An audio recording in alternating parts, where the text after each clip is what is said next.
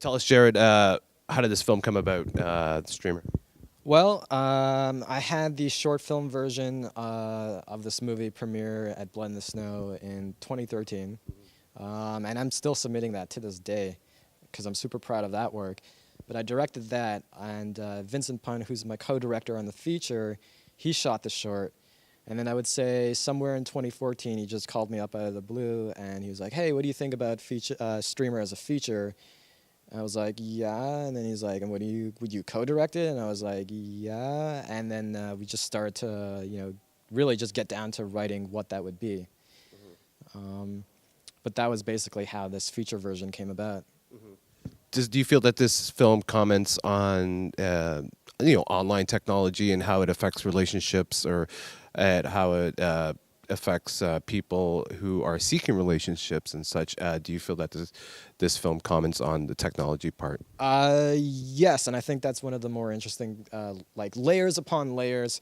Look, here's the thing, and I can say the same thing about the short. Both the short and the feature seem, look, nothing is easy and everything's a challenge, and my personality, my perception is that everything is hard, everything is challenging.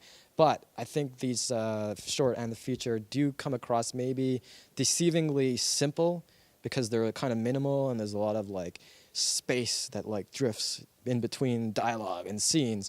But I think when you really break both pieces down, there's a lot of ideas at the very least embedded into it. So back to your question, yeah, my God, there's so much. It's almost, I keep saying to people, streamer is hyper relevant when you look at today's culture and how there's relationships that are based solely online and oh my God, the starvation for intimacy, but only getting that online. Like when I look at stills of just the guy sitting there in the darkened, ominous lighting in front of a computer, you could just look at that frame, and anybody could do this. We could do it right now with a laptop, but that just speaks volumes to where we're at nowadays. I think anybody will relate to just seeing somebody, the only glow coming from their computer or phone, but that's all there in Streamer. You actually filmed this here in Toronto. Tell us a little bit about how there are some beautiful landscapes or beautiful shots that you can actually take here in the city, and yeah, can you comment a little bit about that? For sure, yeah. So Vincent Pun, co-director, co-writer, co-producer, cameos in the movie. He shot my short, and he shot this whole feature. There's a lot of trust and a shorthand now between us because we've already broken the ice on even unrelated projects. I swear, like, look, everybody's taste is subjective, but when I use the word cinematic or cinematic lens, I know what that means to me, and I wouldn't just throw that terminology lightly. But that's what I use when I talk about Vincent's cinematography. And within that, whatever the scene was, whether it was something minor or something emotionally taxing or whatever it was, I always had like 3,000% trust in how he was framing or composing it, if it wasn't something that we had like premeditated or really obsessed about. And if you're familiar with Rodriguez's approach in like one of his 10-minute film schools, you can jump around and keep continuously switch up your angles. And when you cut it together, it looks like you got all this coverage, but you were on the gun. There's a scene in the movie when we're in the park. Vincent's approach to shooting that was like, shoot here, cut, switch the camera, shoot there. When you look at the scene, it looks like we, crossed all our, T's and dotted our I's, but it's really that approach to like, just keep switching it up when it cuts together. But it's just to say that I trusted Vincent very wholeheartedly in shooting Toronto, shooting these locations. Somebody mentioned to me the other day that we did a good job at making things look deserted and barren. I can't fully say that was, intentionally on our minds in the moment, but I do realize how it all comes together. Yeah. Certainly that opening montage where you're following this guy through his lonely-ass routine, that all feels very deserted and, confined at the same time. We really just wanted to shoot Toronto, and it kind of, I hate using the word gritty because it's overused and I don't even know what it means anymore, because sometimes it only means color grading, like you tinted your movie green. But I do think there is this down and dirty kind of vibe that comes from the camera itself, but it also comes from the way it was shot. Right. And that just feeds itself into this. We didn't want to shoot Toronto like a tourist.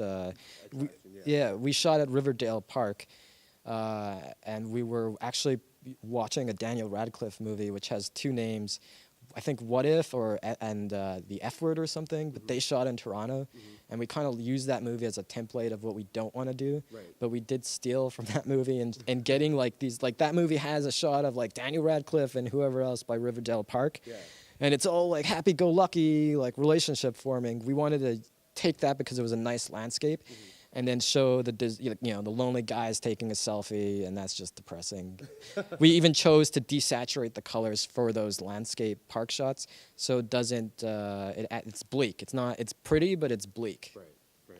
Tell us a little bit about choosing the girl in the film, and tell us a little bit about the casting process for that, and why did you select her? Okay, so Tanya Lee, familiar with Raindance and their whole like booze and schmooze. Like I know Raindance is based out of UK and they've got their Toronto division.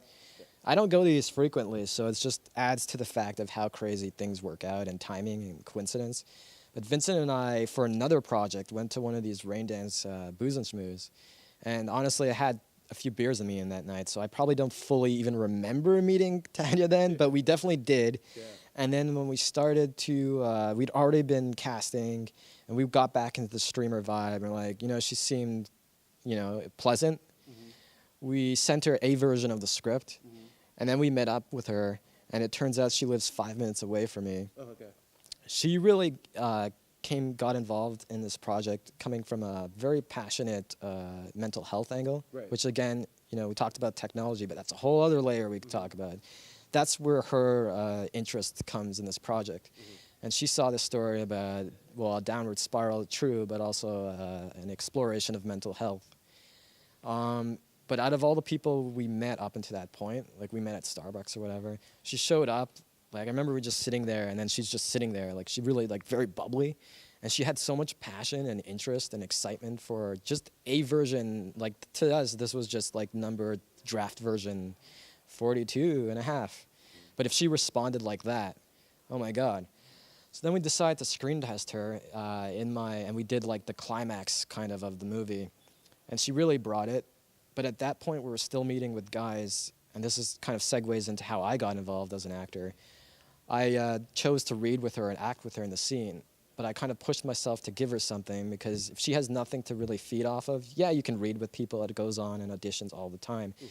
But if I give her something, then we can actually see what she's got, and also won't be a waste of all of our time. So once we did that, I actually felt pretty compatible with Tanya, and I think we all felt like a seed of something was there, like a dynamic. And that's when I had the idea to like, you know what, if I act in this, then we're only dealing with one actor in terms of like sending out professional emails and not fucking around. But also, she lives 5 minutes away, and we're gonna be in my apartment. We don't have to question my commitment. So the only thing, and I'm happy to have the opportunity to say this right now because I've been thinking about it a lot, and I said this to myself, which is probably why I played the character. But I really believe that the only thing holding me back, and I think it holds a lot of us back as people from a lot of things, is fear. And that still holds me back from plenty of things that I can write a list about. But I kind of said to myself, like, you either want to make this movie or you don't, right? And if you really do, and I know that's my life and I've got nothing else to offer, then I'm not going to let the fear hold me back from making this movie. Right. And because everything else lined up. I've got some acting experience. We could do this in my place. She lives 5 minutes away. Right. There's a dynamic. If I don't do this, then fear wins out. And for film, fear can, I could win that battle.